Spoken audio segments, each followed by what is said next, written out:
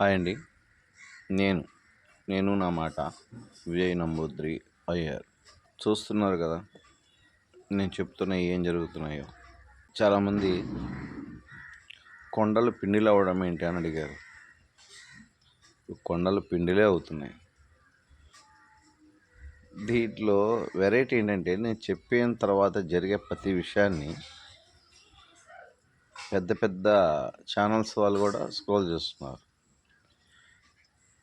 ఇక్కడ వచ్చిన దరిద్రం ఏంటంటే నేను చెప్పిన తర్వాత ఆ డేట్ని కానీ కొన్ని రోజులు కానీ మెన్షన్ చేసుకొని ఇది ఖచ్చితంగా జరుగుతుందని ఒక భావంతో ఉన్నవాళ్ళు, ఆయన చెప్తే అది జరుగుతుంది అన్నవాళ్ళు, కొన్ని ఛానల్స్ వాళ్ళు కూడా నా వీడియోల ప్రకారం నేను చెప్పే డేట్లు మెన్షన్ చేసుకొని స్క్రోల్ చేస్తున్నారు. రెండో విషయం ఏంటంటే ప్రపంచ వినాశానికి మనమే మొదటి కారణం. భక్తి లేదు, భయం లేదు, శ్రద్ధ లేదు, సౌమ్యం లేదు, మంచి లేదు, చెడు లేదు. లక్ష్మీదేవి ఉన్న ఫోటోని ఇంట్లో పెట్టుకొని వదిలేసుకొని గాంధీ తాత ఉన్న ఫోటోని తీసుకొని పోయి దానికోసం వెతుక్కుంటున్నారు. ఉన్న స్థలాలు పొలాలు అమ్మేస్తున్నారు.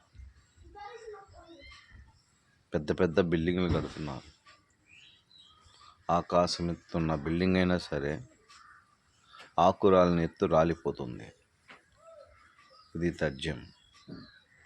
చిన్న చిన్న ఇళ్ళు మాత్రమే మిగులుతాయి. ఇది తథ్యం.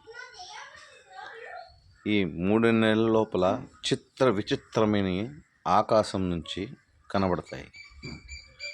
అది ప్రతి ఒక్కటి న్యూస్ ఛానల్లో చెప్తారు, చూడండి. అన్నీ నేను పెట్టాలంటే నా వల్ల కాక కొన్ని వదిలేసాను కూడా.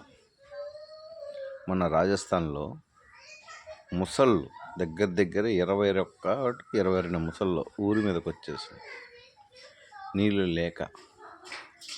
కానీ అదే రాజస్థాన్లో పక్క రోజు కుంభవృష్టి కురిసి ఎడారి దాకా నీళ్లు పారి ట్రైన్ సైతం మునిగిపోయింది.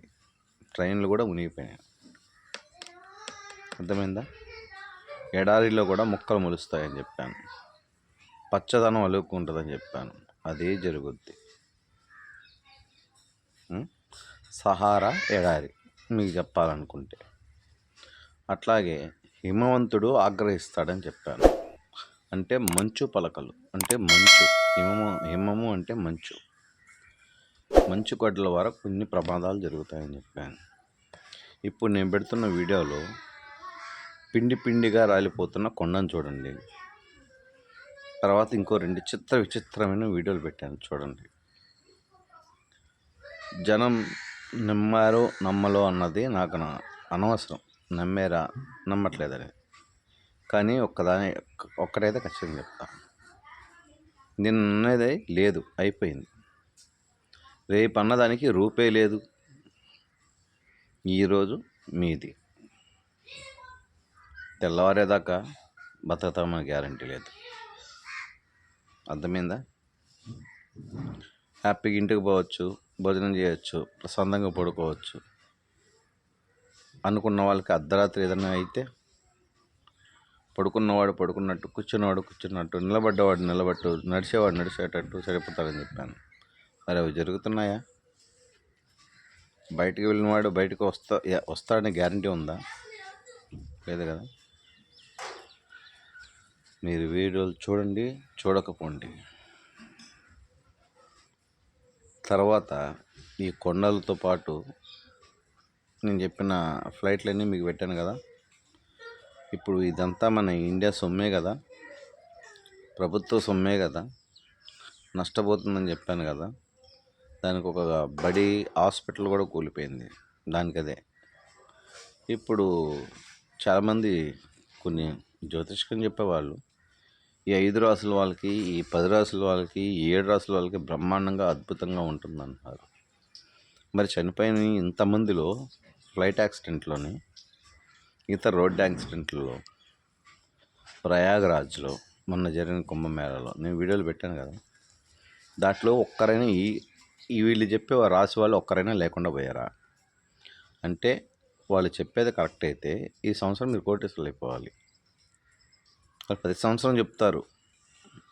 5 రాసులు అనగానే ఆ రాశిలో మీరున్నారా లేదో ఎత్తుక్కుంటారు కోటీశ్వరుల కోసం. కోటీశ్వర సంగతి దేవుడు ఎరగండి. ఉన్నది లేకుండా అది పోకుండా బతికినంత రోజులు ఒక ముద్ద తినేదానికి మార్గం ఎత్తుక్కోండి. రాసులు కాదు, అవి మీ చేతితో ఉండవు. నాలాంటి వాడి చేతిలో ఆధీనంలో ఉంటాయి అవి. అంటే నాలాంటి వాళ్ళు చాలామంది ఉన్నారు, కానీ కొంతమంది బయటికి రారు. నేను బయటకు వచ్చాను, అంతే తేడా. అర్థమవుతుందా? నేను స్వగృహం తీసుకున్నాను కాబట్టి గృహస్థు అంటారనమాట. సన్యాసం తీసుకున్న వాళ్ళు బయటికి రారు. మీకు చెప్పదగిలింది ఏమీ లేదు. నేను పెద్దగా అందరికీ అర్థమైంది జనాభాకి. చూడండి, ఆకాశంలో పెద్ద పెద్ద చుక్కలు పుడతాయి, వింతలు జరుగుతాయి, పిడుగులు పడి ఇల్లు కాలిపోతాయి. విద్యుత్ అని చెప్పాను కదా, ఫ్రిడ్జులు, ఏసీలు పేలుతాయి. దానివల్ల జన నష్టం జరుగుతుంది. తెలంగాణ, ఆంధ్ర, తమిళనాడు, కర్ణాటక, కేరళ